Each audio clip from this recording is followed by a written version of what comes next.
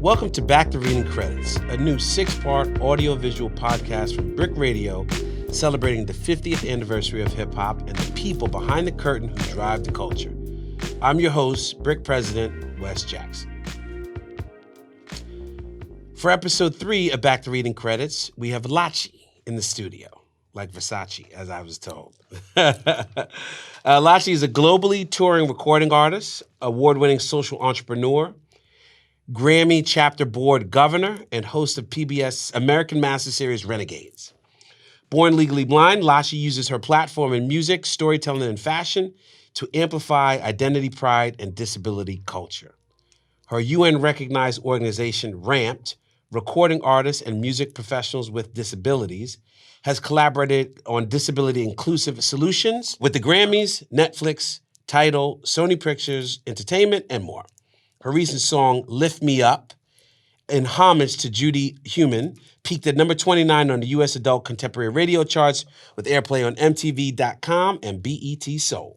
When the world got my head spinning, feeling stuck here on the ground, you lift me up, you lift me up. Named the USA Today Women of the Year, a new champion in advocacy by Billboard, and a foot soldier for disability pride by Forbes, her cultural activism has landed her spots on national ads and TEDx stages, discussions with the White House, the BBC, Good Morning America, and the New York Times. Her bejeweled glam canes, bejeweled glam canes, didn't I point those out? Yeah. When you walked in there, I seen them. Them canes are lit. Have popped up everywhere from New York Fashion Week to major LA movie premieres. Welcome, Lachi. Oh man, who was that about? That was you. That was you, sis. You know, right? You read these things and be like, who are you talking about? I was who that person? When's she coming? Exactly. I would like to meet her as well. Oh my God, I'm so glad to be here. Thank you so much for that beautiful introduction and for having me on this podcast. You know, this, as it says, we started this podcast as a part of our celebration of Hip Hop 50th. Yeah. We have a great exhibition here right outside the window for those who may be listening and not looking, called To Hold the We, which all was curated with artists with disabilities. Sure. It was like, well, I don't want to do like one energy here for the podcast and the exhibitions, a different thread. And people were like, what are y'all doing at BRIC? So we were like, how can we find someone who can bring all of this together and push the conversation forward? Absolutely. So that's why you are here. Absolutely. I am absolutely here for it. I love that you folks are looking to really amplify disability here at the museum, and then to also pair it with voice. I mean, we're not seeing enough of that, and so I'm glad that y'all are taking the initiative to make sure that that disability is included. Yeah, exactly. And we'll talk more about the little bit. I kind of have some really aggressive thoughts on Let's why do this it. as we Let's do get it. But I want to do this. Let's do this episode. Talk to me about you. Sure. So you're a singer, songwriter. Talk to me about your evolution, your story, kind of maybe from before, how you got here. So I was always into music. My mom said that while other babies were kicking, I was playing the keys in her womb. I don't know how she got a keyboard in there, but you know what? She's not a liar. So, music has always been in my heart. And, as a person who was blind, but not totally blind, I didn't fit in like the blind box or the not blind box. Mm-hmm. And so I didn't really I was a bit of an outcast, a bit of a free thinker outside the box. And I would always turn to music to kind of express myself, to understand the world, and to get the world to understand me. Mm-hmm. So music was just always at my side. My parents, I told them I wanted to be an artist, and they were like, is that how you spell doctor? And I was like... Girl, I think you misspelled a couple of words. Exactly. I was like, ooh. So I got a straight and narrow job, but I was definitely, I went to school, got a job, and I was living a double life at that job. I knew I had to make music.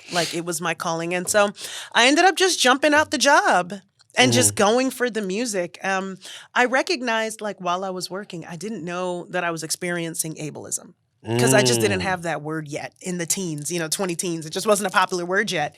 And something was different and something was wrong. So I jumped out and I said, I need to really just pursue the real passion that is me and say this thing in my heart that I didn't even know I didn't know what it was I wanted to say yet, but I knew I had to say something. It was there. It was like boiling and bubbling.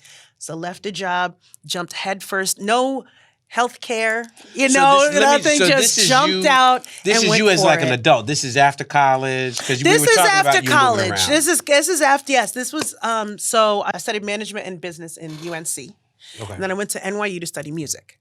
Because I got that calling, I was like, I need to do music. But even after I graduated, my parents was like, let's make sure you have a back, something to fall back on. Yeah. So I started working for the U.S. Army Corps of Engineers. I know that's like a pretty heavy job to get as like a kid coming out of school. Damn, building bridges and saving.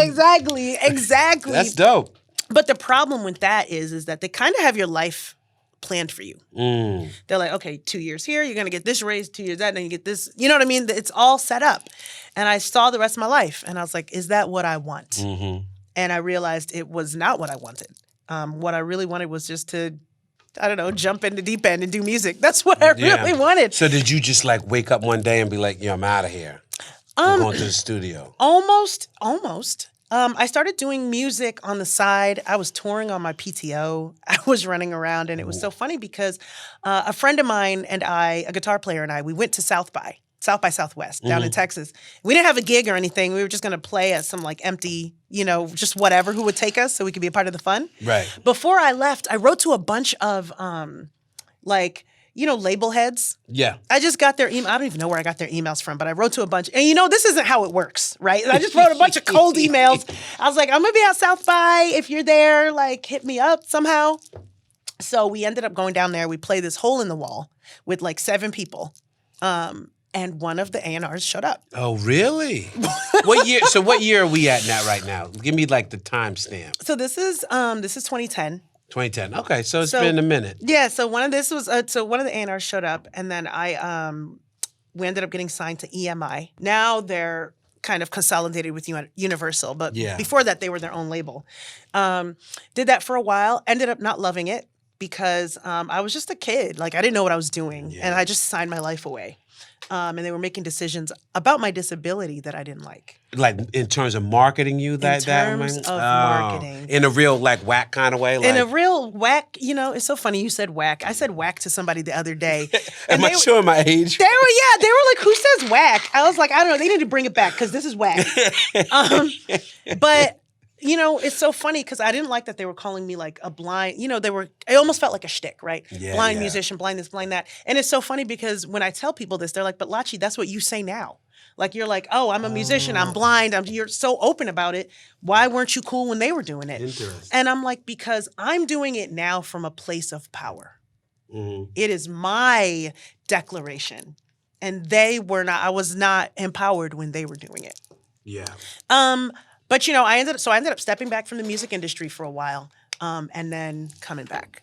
I came back in like 2017, 2016. I got signed to a major management company that did dance music, and then it kind of just blew up from there. Like I got with the right people. That's kind of a cool story. I know it didn't quite work out, but it's kind of a cool story of the A&R pulling up. Sure. Yeah. What were they just like blown away, or did you feel like what am I trying to say? Did the shtick come in like the shtick came in? The shtick came in later. I think he thought it was kind of cool that we were, because the guitar player was also blind, and so we just happened to both be friends, right? I think he thought it was kind of cool, but I don't think he had in his mind like, oh my God, this is like she's the new Stevie Wonder. Like it wasn't anything like that. I mean, we were doing good, like really fun songs. We were having such a great time. We didn't care who saw us or not.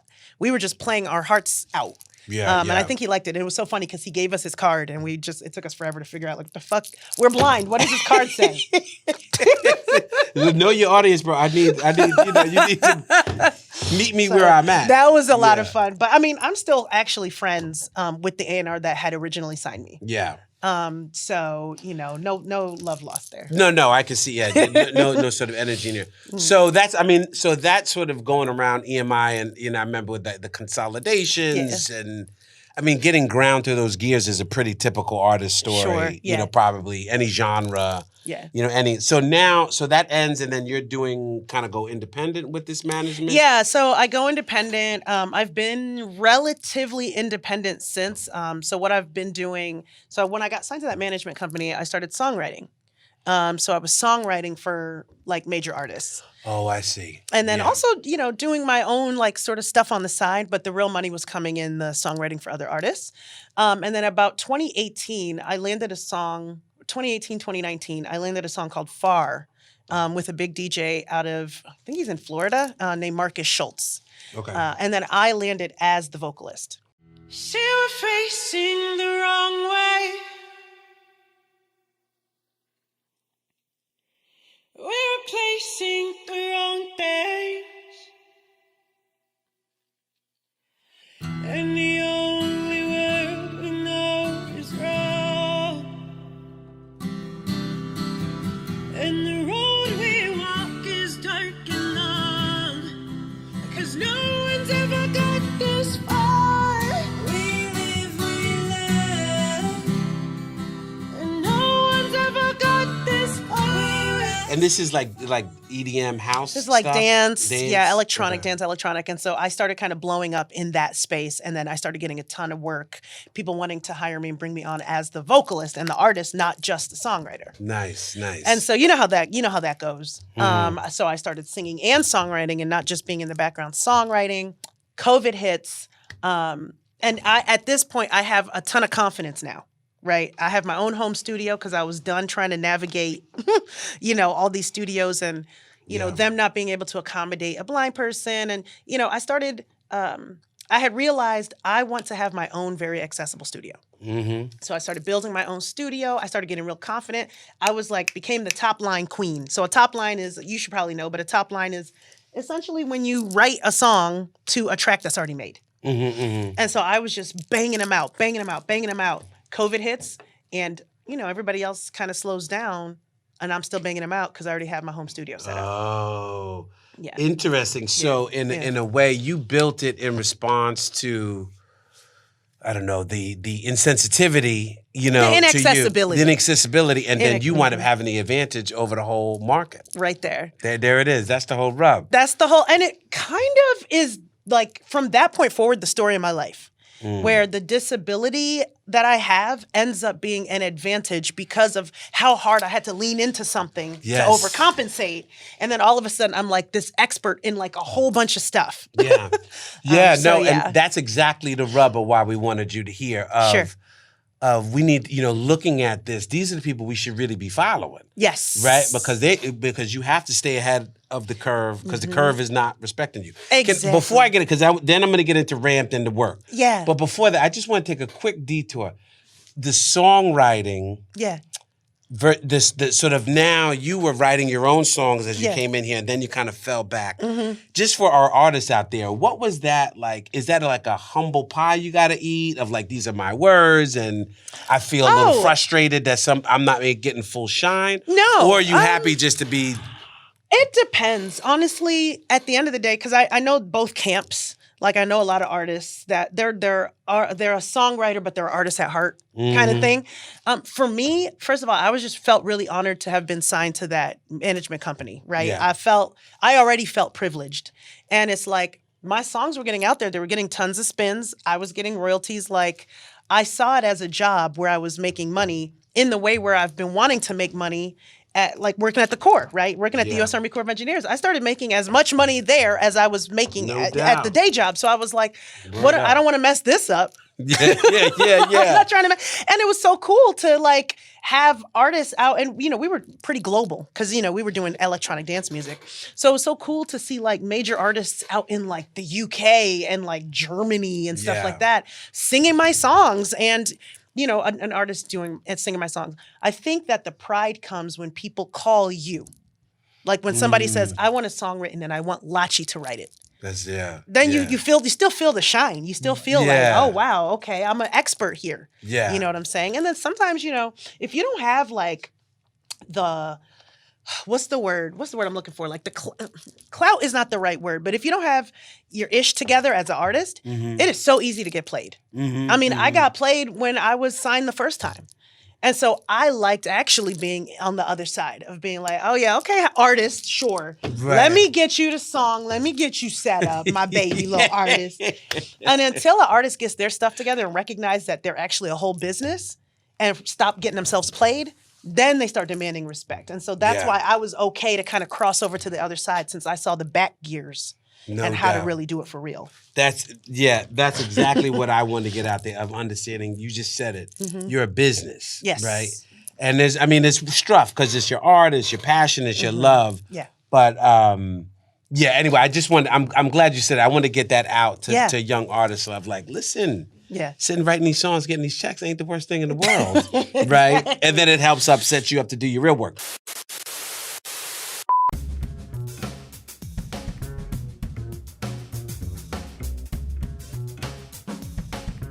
Do the labels provide healthcare plans? Do the label provide that when they negotiate their contracts? Is there a healthcare plan in place? The massive labels probably won't provide that, but there is a label, LVRN, which has Black, Summer Walker, and a few people. They have in-house therapies for their artists.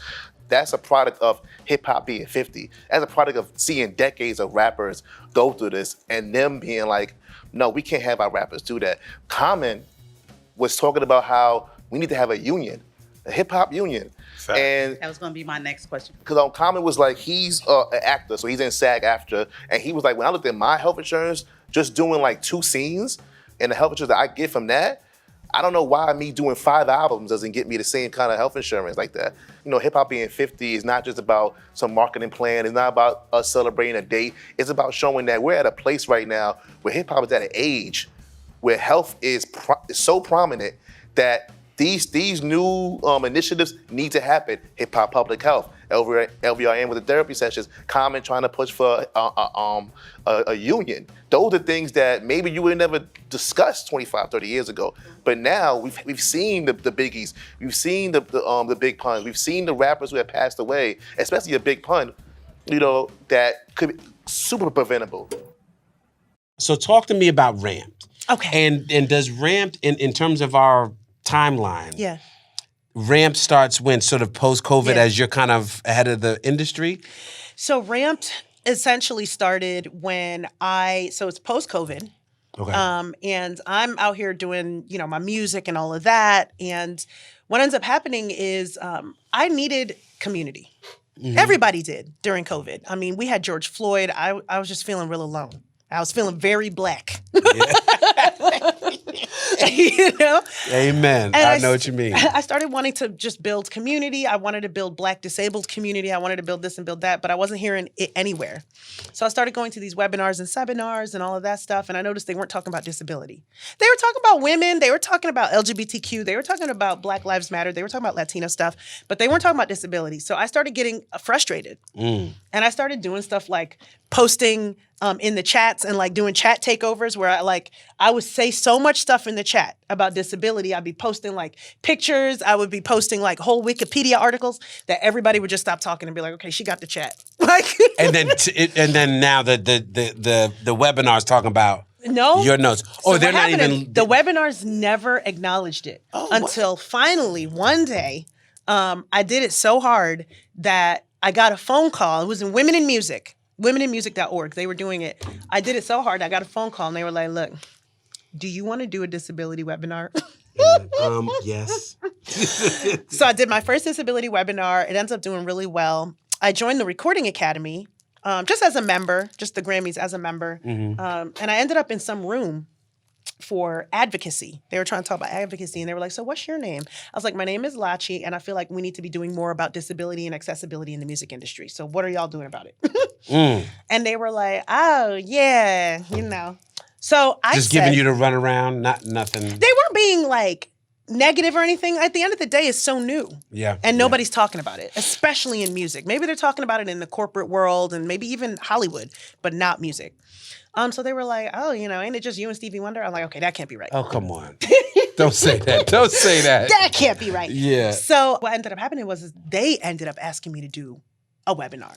Now, this is the Grammys. Yeah, yeah. And remember, everybody starved for content at this time. So I ended up putting I started getting some people together and being like, hey, just a couple of disabled musicians I knew around. And I was like, do you want to be on this webinar with me? Because I don't really know what I'm doing. And they were like, yeah, sure. And finally, it got kicked up to the top of the Grammys. And the national leadership was like, we want to be a part of this webinar. We want to make this a national program.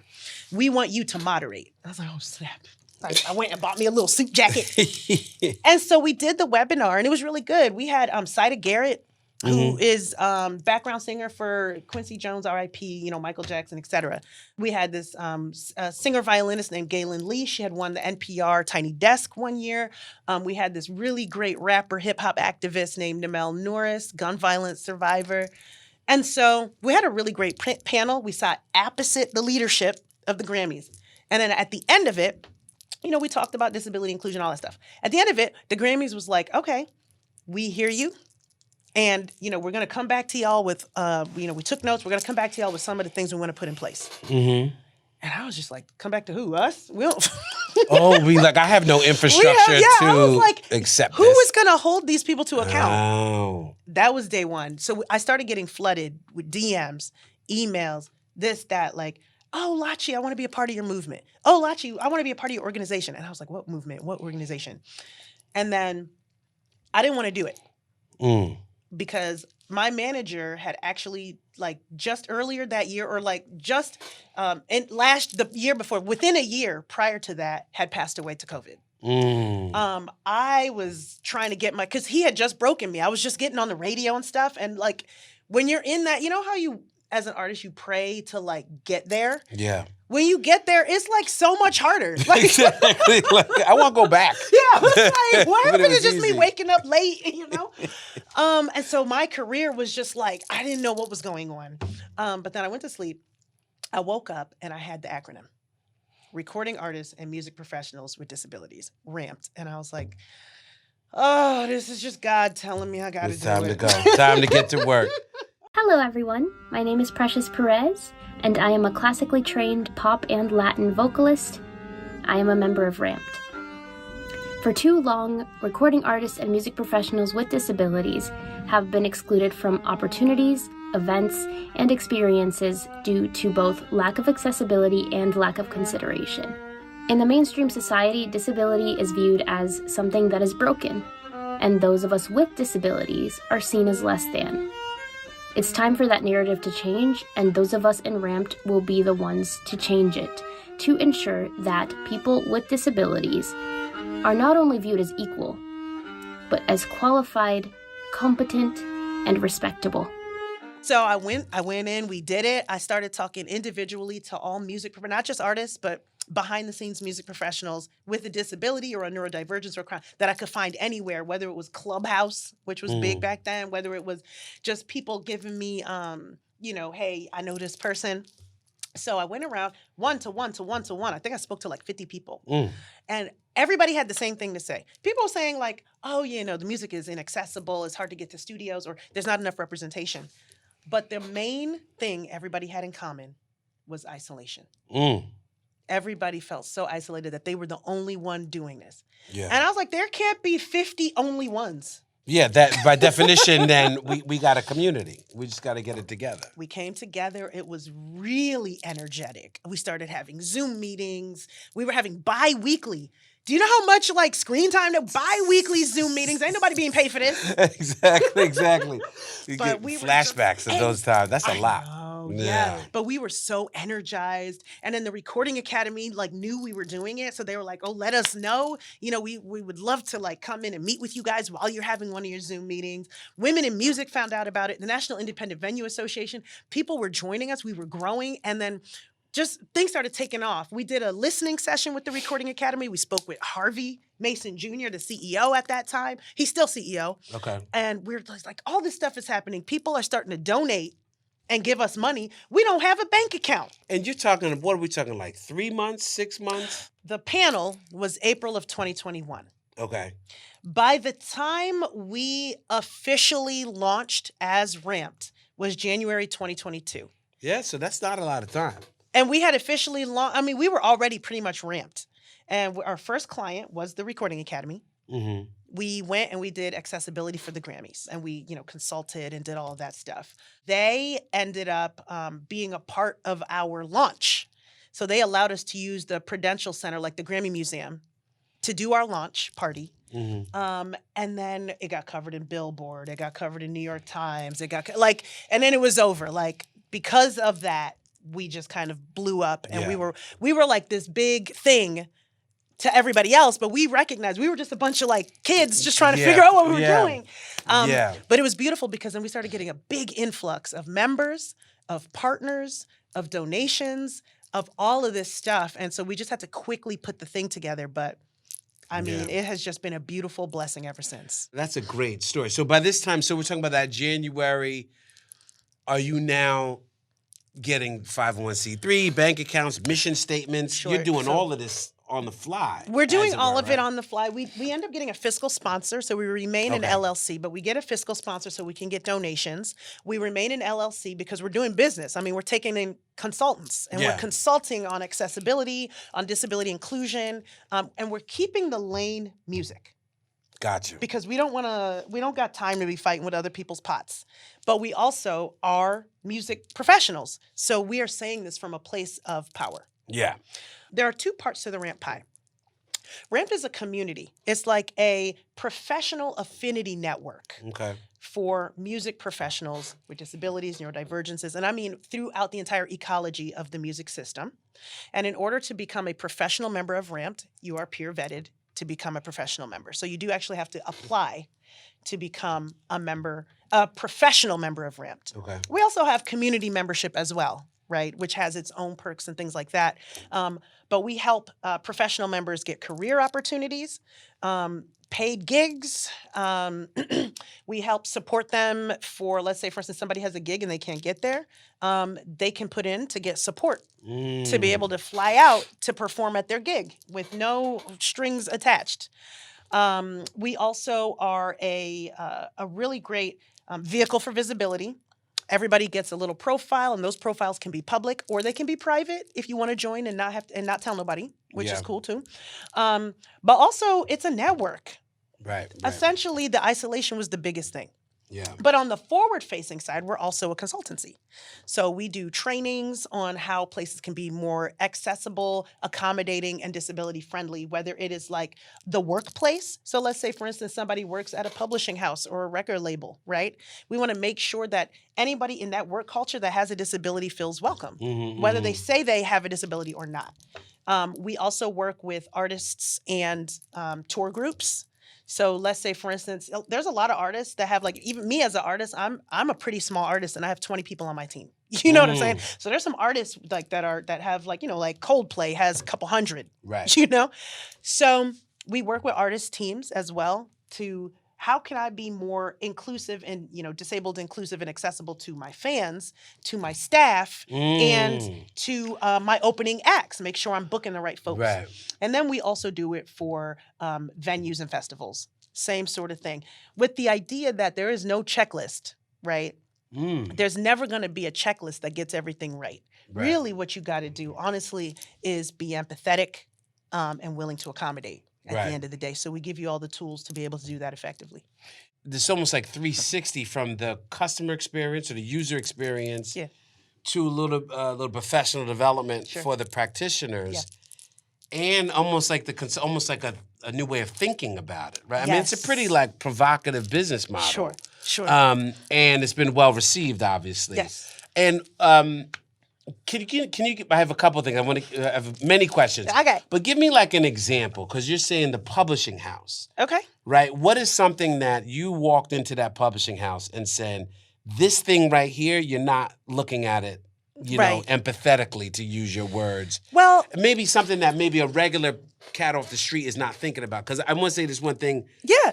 Like ramped. I mean, I get the sort of the joke, right? It's like, not the joke, but it's like, oh, we have a ramp. The pun, right. Yeah, it's like, I have a the ramp. play on words, The play on words. And we say the same thing of like, oh, we have a ramp. Yay, us. Like, we're doing so great. Sure. And it's like, that's not enough. Right. You're not thinking about a whole, like, what about the elevator? What about the lift? And what about, stimulation. So if you can give me like an example of like, oh, I thought I was winning because I had a ramp, Yeah. but you had this blind spot.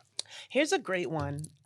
So there was one question that I thought was really great. In fact, we do policy and comms consultation. And somebody, and I don't want to name any names because everybody's amazing and beautiful. I'm not trying to throw nobody under the bus. But there was one communication thing where the client said, we want our artists to write more about disability. And so, showcase people with disabilities in your songs, right? And so we came back and we were like, instead of saying, let's showcase people with disabilities in your song, why don't you showcase your own disability experience? Why don't you recognize your own disability identity? At the end of the day, disability is not just blindness, deafness, neurodivergence, or a wheelchair. Disability can be your struggles with ADHD. It can be your addiction. It can be OCD. It can be mental health conditions. It can just be chronic pain. It can be the fact that, you had this person maybe that was your whole life for so long, and they broke up with you in such a way that now you are going through PTSD. You're going through some sort of trauma.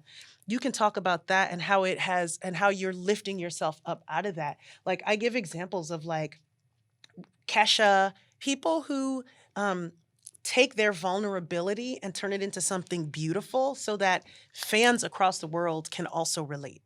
So that's like one example. Or another example would be like, I remember we were talking to like a club. And they were like, how can we be more accessible to blind folks? So first and foremost, they were like, okay, we have lighting on our stairs. We have like large signs, and we have Braille on our elevators. But like people still feel like they don't know what's going on. We had a blind artist and they weren't able to navigate. And I was like, at the end of the day, have somebody who can answer the artist's questions. At the end of the day, it's not about, this is why we keep saying you'll never have the bullet points and checklists to check everything, because somebody's always going to come in with something new. So really if you know that a blind person is coming, respect the writer, right? So if they tell you that they're blind and they need this and that, respect the writer. But secondarily, have someone for them to reach out to. I've found that with a lot of these venues, especially larger festivals, the actual issue is just communication. That this there's no one hand there doesn't know who the other hand is doing. So then the performer is like, doesn't even know who to ask. And then they ask this person, they get scared and they don't know what to do. This person, they don't know what to do. Meanwhile, the gig is about to happen and the artist is not, set. And so we tell people, let's get your actual policy in place so that the right hand can know what the left hand is doing. And let's make sure that forward facing, perhaps on your website, that there's like a phone number or an email that says, call this for accommodation. That way the artist already feels welcome, or the performer or the passerby or the patron, right, feels welcome at your venue, that you're taking care to think about these things. Yeah. Right. No, I think that's a perfect thing. It makes sense. Some awareness. So let me ask you this. How has this work, the ramped work, influenced Lachi's work as a creative, and maybe vice versa? That's a really good question that no one has asked me before. Okay. So ramped has heavily influenced myself. Number one, I was also going through isolation. Honestly, at the end of the day, ramped was just me trying to make some friends. Yeah, you know what I'm saying? Amen. No, absolutely. Yes, indeed. And it's been super empowering to be able to talk to professionals at, my level and stuff. A lot of times when people think about disabled and music, they think like maybe it's parents trying to get like instruments for their kids, or maybe they'll think like music therapy. Yeah. And I was like, no, I want people who are out here navigating. Maybe they're doing pop, jazz, hip hop, and they're out here navigating by themselves because there's nobody to talk to. Right. So it's just been so good to feel empowered, because I now have people at my level that are doing what I'm doing that I can compare wins and woes with. Yeah. It's also been really good because it has upped my own confidence as a speaker about disability culture and disability identity, which has then, quite literally opens up my keynote career.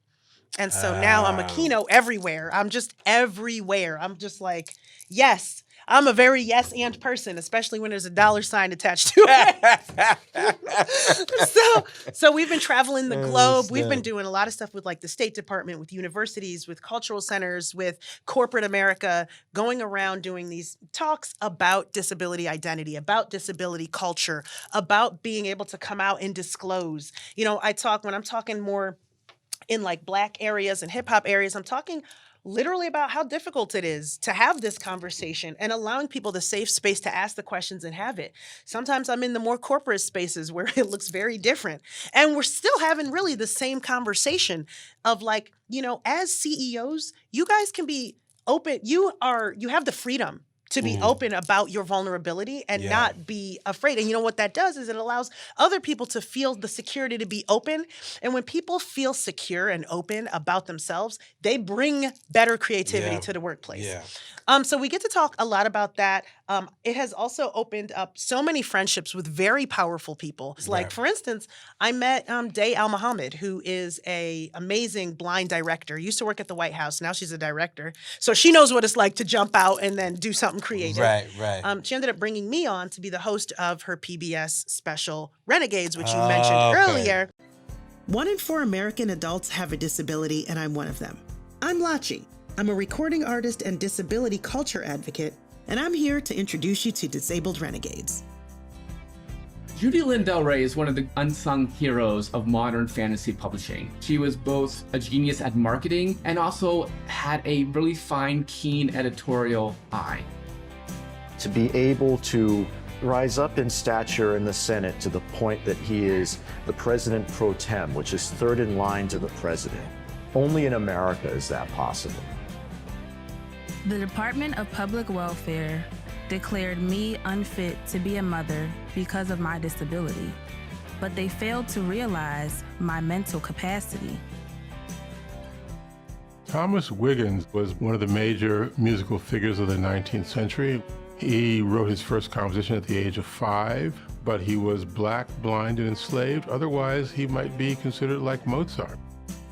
Brad Lomax was dedicated to the work and not the limelight. He was the beginning of disability justice, intersecting Blackness with disability. I face each day as a renegade. Renegades is a 5-part series on PBS. You can find it now. I mean, it has gone throughout October. And you can find it on PBS.com. You can find it on the American Masters YouTube as well. But what we do is we navigate through American heroes who are unsung, rebels, revolutionaries, and renegades who have contributed to the fabric of America who have disabilities. I myself am the host.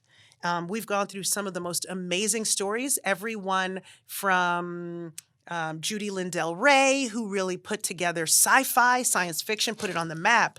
Everyone from Brad Lomax, who is actually the real father of disability justice and disability rights. Not enough people know the name Brad Lomax. He was a Black Panther, and he's the whole reason that we have all of our disability rights today. So I encourage people to watch his episode.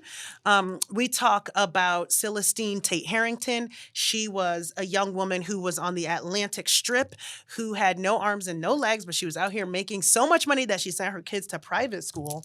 And so we talk about some amazing rebels, revolutionaries, and stuff like that. The beauty of Renegades is that, well, I'm the host, so watch it because of me.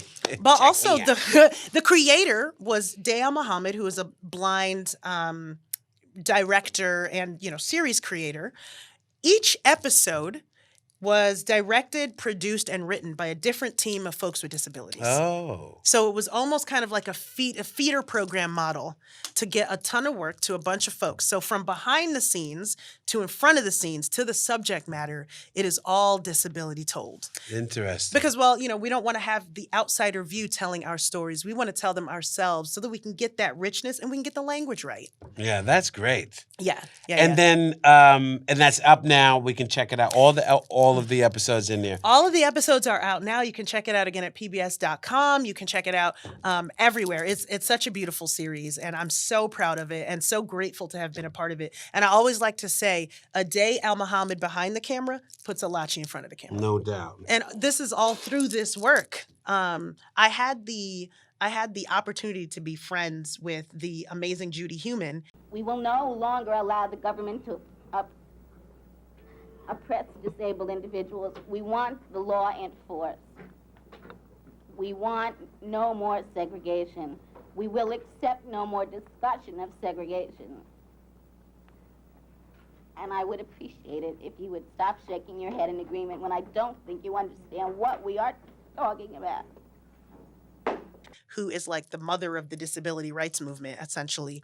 And I got to be friends with her before she passed, and she just hooked me up with everybody she knew. Mm-hmm. And it has just been great. And then vice versa. The thing that I love about it is that, you know, for me, I am like joy. I'm joy and energy. That's the two things. I don't know if sometimes it's a bad thing. I'll be joyful at a funeral, you know. And so, but I love because a lot of the disability community, you know, a lot of people look at disability and they think like sad, boring, compliance, you know, or grievance. What do I have to do? And I love that I get to inject my energy of joy and, you know, just perseverance to this new group of friends that I'm building. And then they're running around and taking that joy with them too. So I think that's a great segue to two things I want to get about. And without getting too meta-philosophical, but where does that come from? That joy? Because you think about, there is this, I mean, you must have this sense of like, oh, poor, whoa, look at the poor, you know, the poor kid in the wheelchair. Yeah, right. And you're like, no. I'm actually, listen, and I'm feeling your energy here right now. You're happier about your life than most people I know, disability, visible, invisible, or not. Yeah. How? Where you get that energy from? And how can you give me some? Yeah, here's a bowl of energy. Exactly. Right bottle that up. Let me get a shot. But no, real talk though. Where you getting all of this from? You know, it's so funny because somebody just asked me this recently, and I was like, "Damn, that's a real good question." I think it's two things. One, you know, when I was young, so I'm a daughter of immigrants. My parents from Nigeria, this and that. So a lot of my life, I grew up not celebrating myself. Because, you know, you got to be humble, you know, sit down, you know, that whole thing. And it was just my whole life. And I also grew up you don't need to be heard. So we don't need to hear what you have to say. So I had so much to say, but I grew up, not even just my family, but just, you know, I was a shy, quiet girl. I didn't have a lot of friends. And so I just never had a lot of places to say all of the 1 million things I wanted to say. Yeah. And then also, again, like I said, immigrant family, so self-celebration is not really something that you do. Yeah.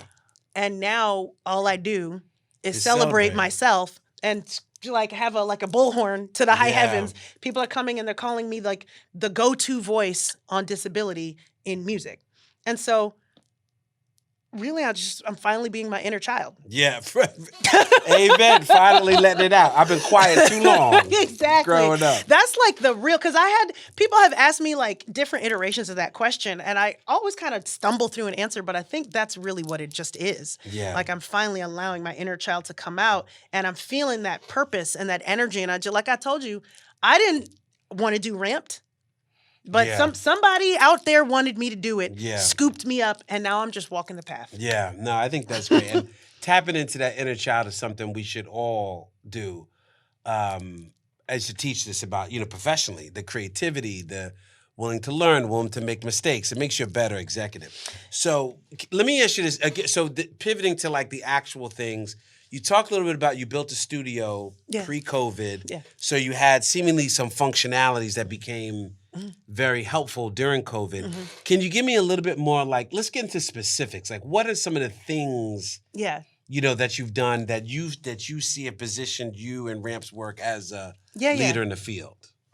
Well, specifically about studio access and studio accessibility. So before COVID, I would go to studios and I'd be tripping over wires and I would like not know where the booth is. I would need somebody to help me get to the bathroom, and I'm like, I'm a whole woman, you know what I mean?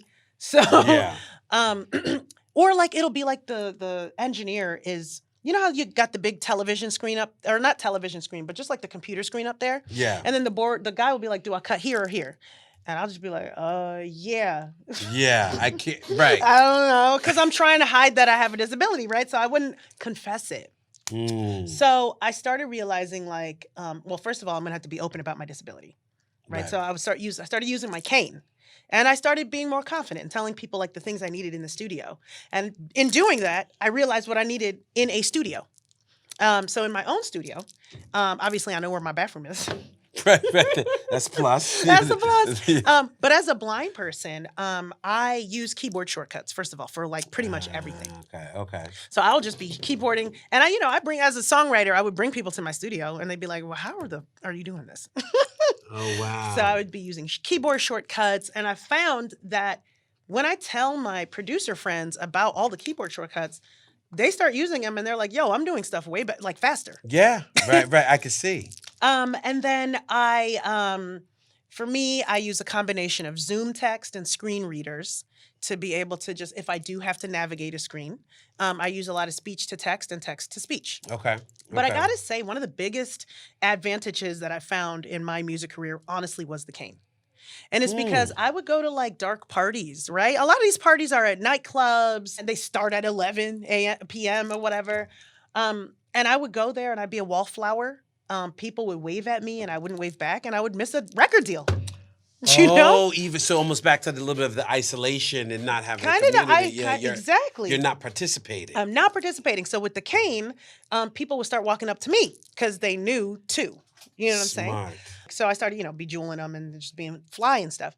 One of the big things we do at Ramped is we have like, I think it's bi-monthly. We have bi-monthly town halls. Okay. And we talk about what's going on and we have updates. But there's an opportunity for members to get to know other members and get to exchange their tips and tricks to not only navigate the studio or navigate their workplace, but just to navigate society in general. And that's been probably one of the hugest benefits of Ramp, to be like, oh, how do I navigate, my keyboard?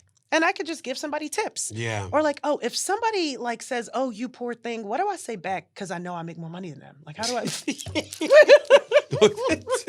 You wow. Just little questions like that, because it's such a niche thing. It's not something that anyone else would know except for our community. Yeah. You're funny. Like, you're funny. They're like, I'm actually doing great. Oh, I know what I was going to say. It makes me think about the keyboard shortcuts makes a lot of sense. Sure. Right? You not have to have them, but maybe the motivation is higher with you. But then the rest, everyone else is coming behind you. Like, I too would like shortcuts. I think about, we talked in our pre-interview about like subtitles on movies, right? Yes. Which are meant for a specific audience. Right. But now my eyes are a little slow. Like I can't hear real well if I'm not reading subtitles. Right. And now everybody loves subtitles. Well, everybody loves subtitles. Everybody loves captioning. Closed captioning, I mean. The captioning, exactly. Well, like let's say for instance TikTok, right? Everybody's just at work on TikTok, period. Yeah. So they have the captioning on so they can kind of read the jokes. Yeah. Because they can't half of it's not safe for work. So everyone benefits. It's called universal design. When you create something for people with disabilities, or it could be called the curb cut effect. When you see those curb cuts, people with strollers, people with heavy machinery, everybody benefits from these things that were originally made for a person with a disability. And a lot of them are actually innovated by people with disabilities.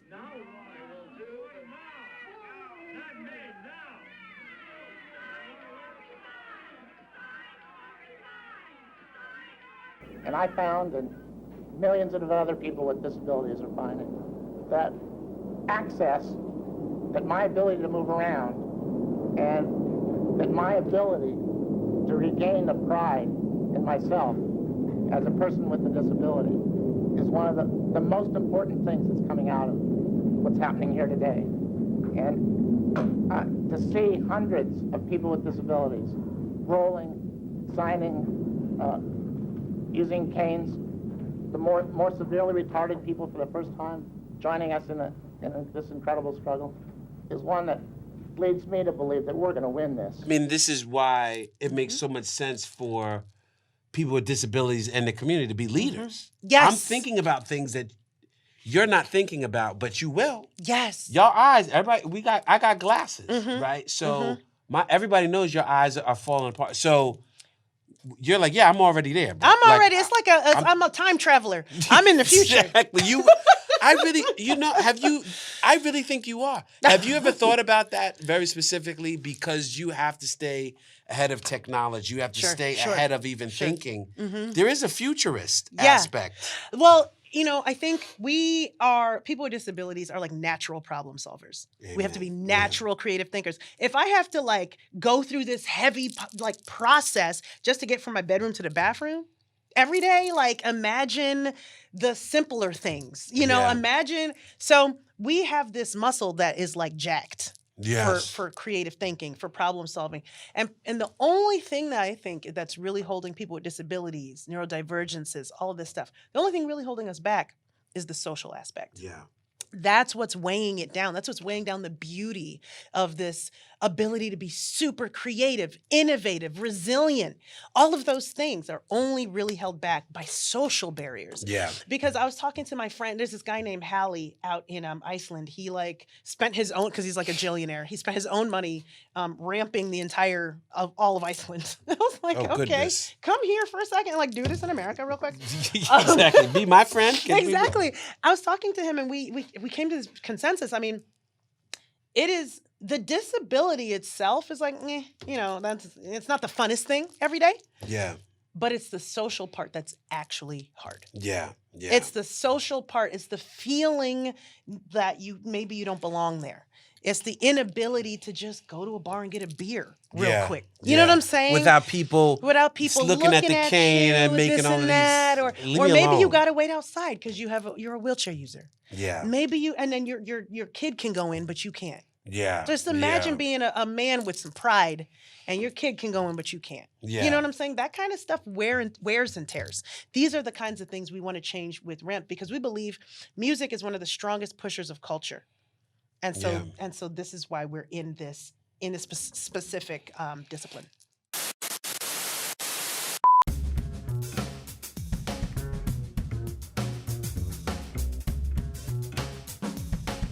Hip hop, the work that we do looks so glamorous to people. And I think Ramik can probably speak to this. Ramik, if you can share a little bit about working with young people and them looking at artists and these type of lifestyles, glamorizing certain things that might be unhealthy for them, or at least the way that they might receive those messages. Talk about that a little bit. Yeah, well, thank you. But before that, I'd like to just mention the government policies that force young people into making the decisions that they make. That's good. Force us all into making unhealthy decisions. That's good, right? That's good. So when we talk about access to food and we talk about healthy eating, we have to look at things that affect us like EBT benefits or school lunch policies, right? Recently, the COVID regulations that allowed for schools to provide more food to students and families expired.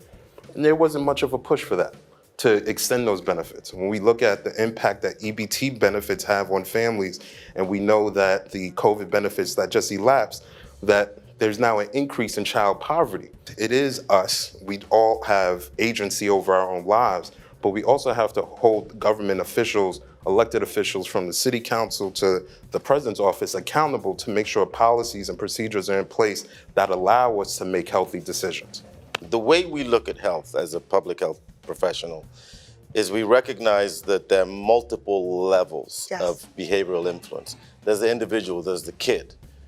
Around the kid is his family, parents, cousins. Around that is the institutions and the schools and in all the organizations in the community.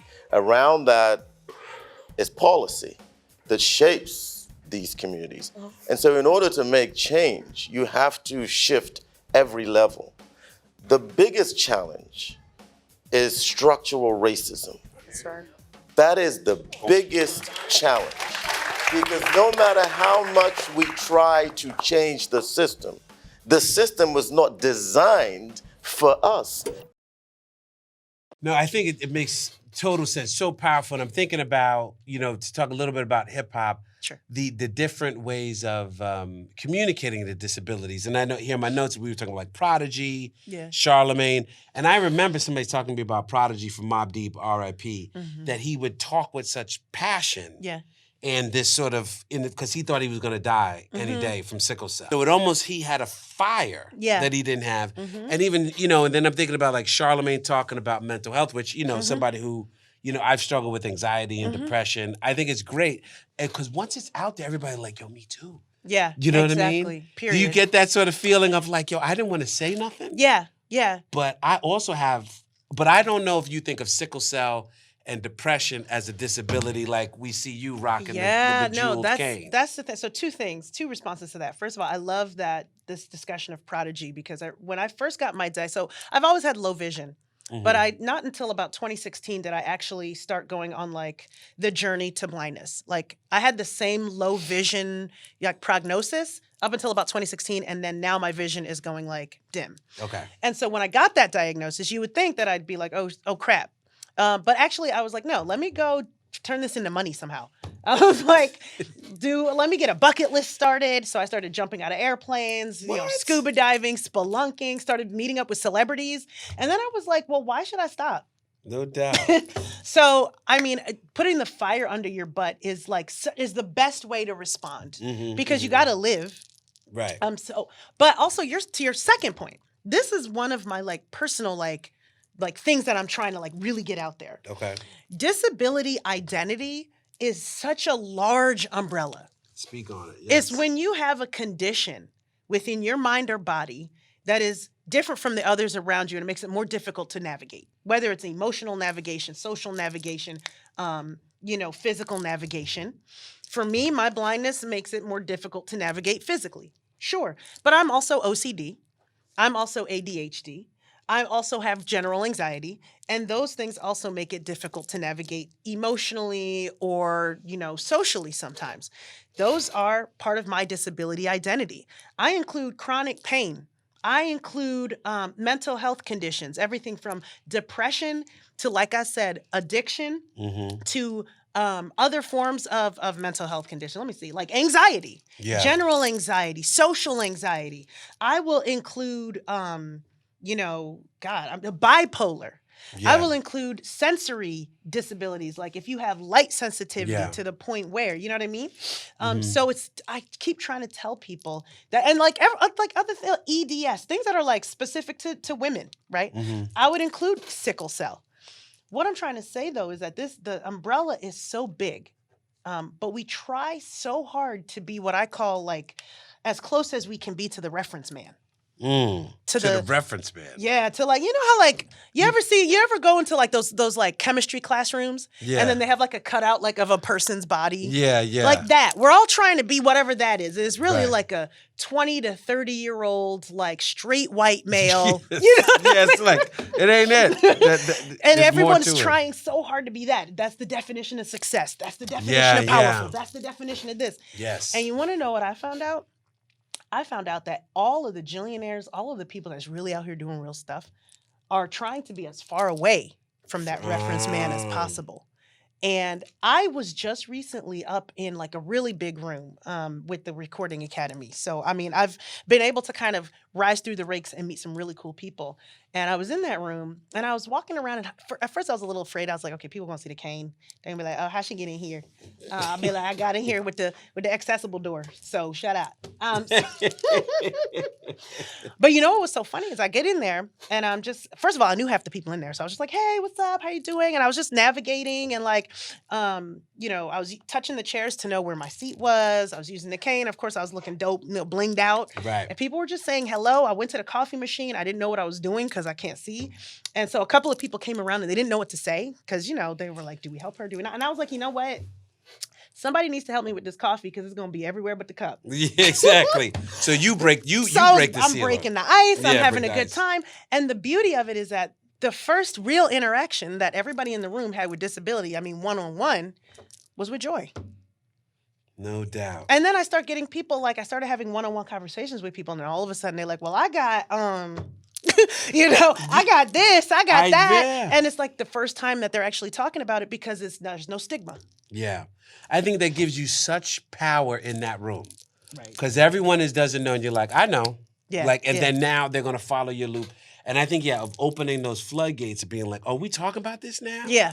it's so exciting about how wide the tent goes. Because I wouldn't have thought, like, sickle cell seems to me like a physical, like, sickness. You know, it runs in my wife's side of the family. Sure. But I love how you have such a wide definition. Sickle cell, lupus, you know, all of lupus, those yeah. things. You know what I'm saying? Because at the end of the day, like, we all have something, and I don't just mean we all have something like, oh, my girlfriend broke up with me. I mean, like, we all have a condition within our body or mind that is different and makes it more difficult to navigate in some way or form. You may not, you don't have to identify as disabled to have some form of disability identity within you. Yeah. And that's okay. Yeah. You know, doing my research on you and looking at sort of the to hold the we, this is the unifying, you know, thought, right? Yeah. Because we're all, if we don't have it, God willing, we will have some disability. We're all working towards living long enough for something to sort of break to join down. the club. Join the club. Wear the t-shirt. So why don't we just reimagine it now? Yes. Right? And come at it with power. Yes. Which to me, and I do want, this is supposed to be about hip hop, but you're way too interesting. I just want to hear your story. But that's my whole thought about hip hop, is that hip hop was, we're taking away creative writing. We're taking away art. We're taking away dance. We're not giving you, you know, technology in the school system. And that repression actually caused the whole culture to explode. Right. When I'm listening to you, I hear that same thing of like, you keep ignoring me. Right. But you can't get away from this. Yes. And once you lean into me, it's going to be better for you. Period. Yeah. Exactly. Yeah. Exactly. That's a really good juxtaposition. Yeah. So anyway, I mean, do you think about that? I mean, let me just, because I want to talk about the PBS thing before I let you go. Sure. The little self-promotion, because I love I love the hustler sitting across from me right now. Make that money, get yours. But what is the juxtaposition between the disability, what do you call it, disability identity movement that you're in, and sort of the hip hop movement? How do you see it? You know, it's so funny. So there's so many different movements in the disability sort of community. And one of the really big, most powerful ones that I really ascribe to is the disability culture movement. Okay. And so disability culture, you know, so another shameless plug, I'm writing a book. I can't talk too much about it quite yet because we just got, you know, the deal and we're trying to figure it all out. Okay. But essentially, I'm doing some interviews. The book is about disability identity, and I was doing some interviews, and I was like, how do you define disability culture? And I was asking people that don't have anything to do with disability. And they were like, oh, you know, compliance and making sure that things are set up, maybe, you know, some grievance plans and stuff like that. And that was kind of disheartening to know that, and they were trying to be nice, right? They didn't want to say anything wrong or mean, but to hear them say that disability culture is compliance and grievance, I think of Black culture is like swag, dance, language, you know, the food, you know, the cookouts, you know? Yeah. I think of Latin culture, I think of the food.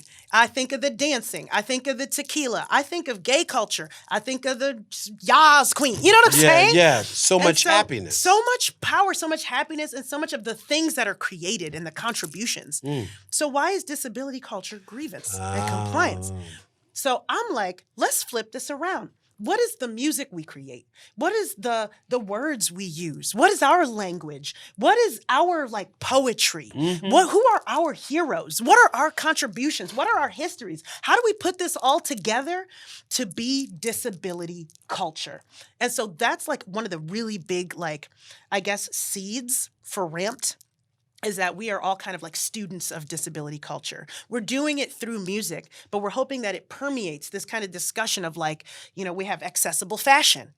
Adaptive fashion is a different type of fashion that folks with disabilities have to wear to still look dope, but also accommodate for, like for me. So like this is adaptive fashion that came, yes, et cetera. This is all part of disability culture, how we navigate the erasure and exclusion of disability through our art, through our music, and through our style.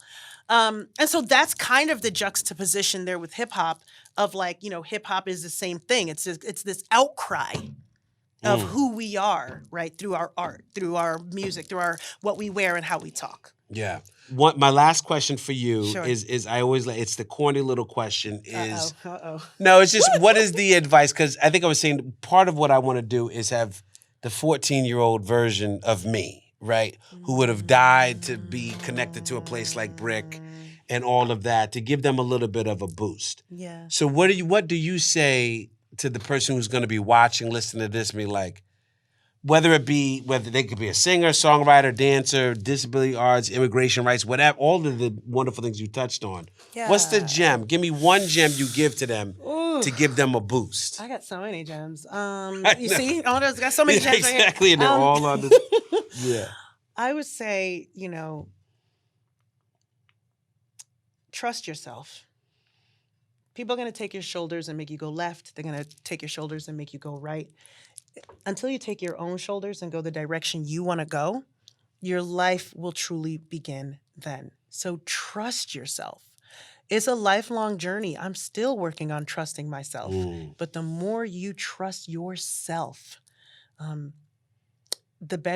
happier you're going to be, because you will be able to tap into that authenticity, that real, true power that is you. Amen. You got real with that. The volume came down. I was like, I got to pay attention to what's coming next. But amen to that. Last question. It's the last question. No, I'm just kidding. The White House or the Grammys? Oh, no, don't do that to me. Pick one. No wiggling out of this. Well, first of all, it's November 6th while we're taping this, so it depends on which White House you're talking. That part.